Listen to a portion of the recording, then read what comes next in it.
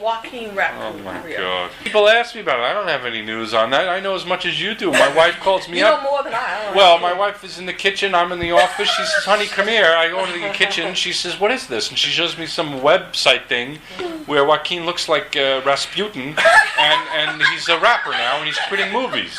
No, I try to call him up. The number you have called is no longer in service. We were discussing all the characters as if they were still alive, and I'm wondering how you came up with these people.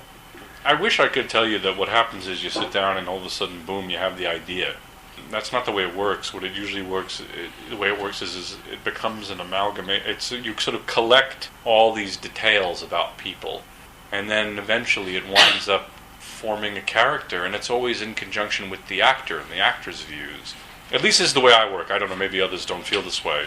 What I tried to do, one of my favorite films ever, if not my favorite film ever, and I think it might be, is a movie by Fellini called The Knights of Cabiria from 1957. And in it, the ending of the picture is really, I don't want to tell you if you've never seen it, but you can literally read it one of several different ways. And Fellini once responded and said, do you have hope? Really? Because I myself have worried about her ever since. Meaning that, of course, the person lived on in his life or something. And I guess that comes from really a very open ending.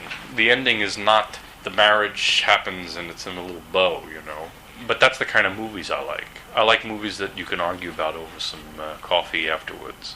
If you get mixed reviews, for example, it's very good, I think, long-term for the movie. It shows, if you make a movie where everybody says it's great, something's wrong. It means you didn't push the buttons enough, there's nothing subversive happening, and it didn't piss people off. And if you were to go back in the history of cinema and look at really virtually every memorable film ever made, it would be almost impossible for you to find one where there was unanimity. Well, 2001 famously so, and almost all of Stanley Kubrick's actually. And Barry Lyndon is, I think, one of the greatest works, and was hated. So the reason why that response comes from those movies is precisely what we're talking about, which is a kind of an unease with the story itself and the narrative context of it, and the characterizations being not so obvious that we can distance ourselves from it. I don't think you can underestimate the importance of that fact, that when we are able to distance ourselves from the character, then it's a much more safe place.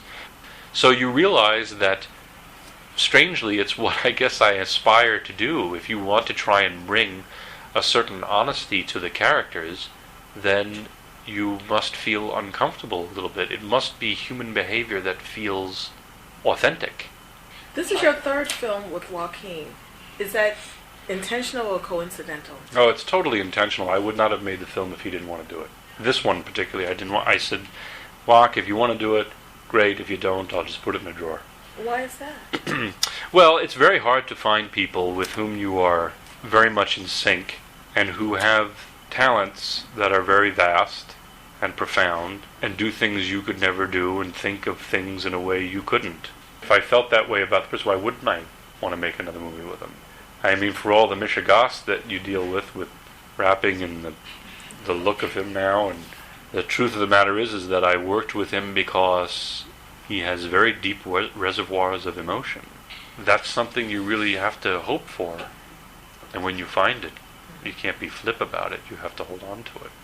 Would it surprise you then to find out that someone like him might say he would give it back to you because he's such a talent? At first glance, I would have said yes, but he's been doing it for 30 years, which I kind of didn't realize myself until he told me that. I mean, he was in Space Camp and Parenthood and, movies a long time ago. So if I were doing something for 30 years, I've been making films now for 15 or 14 years. I feel very privileged to be doing so. I would love to do it for another 15 or 16 years. It would be the greatest thing ever. But after 30 years, I don't know how I'll feel, at a certain point. Did he add a lot of his own touches, like pulling a little sticker at the club and that type of thing? Was that written? Or No, almost all of that is not written. A huge amount of improvisation, but that's the way we like to work. And Gwyneth does not. Gwyneth likes to do 2 or 3 takes and is an extraordinarily precise actor. But what I found, which was really quite refreshing, is that he became more precise, and she started to improvise a lot more. And they sort of met in the middle. It was a very happy set. They got along very well. And he was worried that he would hate her, and so was I, but we both quite adored her. I heard you took some inspiration from Dostoevsky. Yes. What element particularly did you sort of like apply into your film? Like, But it's hard to talk about it because it immediately makes you sound like a pretentious jerk that you think you made something on the level of Dostoevsky, Right. which is not what we're saying, And I reread. I had read 20 years ago a novella called White Nights that he wrote, which was fairly early on in his literary career, and it has the core elements that he would explore later on in Notes from Underground and Brothers K and The Idiot and so forth, but they're not fully developed to that level yet. So I saw in that story a person who was profoundly troubled and mentally ill, but also the story had great compassion for him, for his condition, and there was a certain tenderness to it, which really appealed to me. I mean, it's not an adaptation of White Nights, it's sort of been inspired by it. You spoke earlier about the importance of creating kind of an authentic world that people sort of on the outside can kind of look in on without necessarily recognizing everything, I guess. Well, I'm wondering why you think both the outer boroughs that you've filmed in now 4 times and specifically Brighton Beach are kind of settings that are conducive to achieving that. I mean, your taste is formed at a pretty early age, and my tastes were, I'm a child of the 70s, really. And one of the things that the filmmakers of the 70s, from Cassavetes to Francis Coppola to Martin Scorsese to, so many, Kubrick, I mean, so many great filmmakers back then, they all preached virtually the same thing, which was to try and make personal film.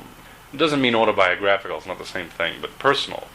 And I mean, I was born and grew up in a semi-attached row house in Queens in a working-class neighborhood, Archie Bunker land, as I like to say. It looks exactly like, I mean, my inside of my house, had the front door with the staircase leading up, and the living room and the dining area were the same, the kitchen in the back, same layout. I guess I've tried to recreate the pathos and longing of my youth, I guess, and I would look out my bedroom window and I would see the top of the Empire State Building and the top of the World Trade Center. It was 9 miles away, and it may as well have been, 90,000. I mean, as a kid, I'd say, Dad, I'm going into the city, and I lived in Queens. It seemed like it may as well have been in Mars, Manhattan. It seemed like a place where I could never get into. It was like all of Manhattan was a club I couldn't get into, And that element, that emotional state, is what I want to put into the films because it's what I connect with. One thing that I didn't expect in the movie was Ronald to leave his wife, and we were discussing this earlier, like, did you think that he was lying to her? And also, I just have a question, how you came up with the title. Did you mean that to be, like, ambiguous in the vein of the ending, like, there's different meanings to be taken? Second part first, Okay. Yes. First part second. Well, that's for you to decide. What do you think?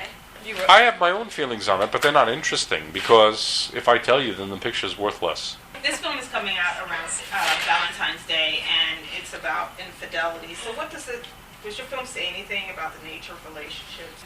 Well, I thought less about relationships, which tends to be a pretty boring and bourgeois subject for movies, and much more about the elusive nature of desire, which to me was more interesting. The idea that what we think we love or desire in the other person is so often and always really what we project onto that person and what we lack in ourselves. But it's not saying that love is not real, because Leonard's love is real to him. Just because we have distance from him doesn't mean he does, and it means it's real to him. So that was the idea behind the film.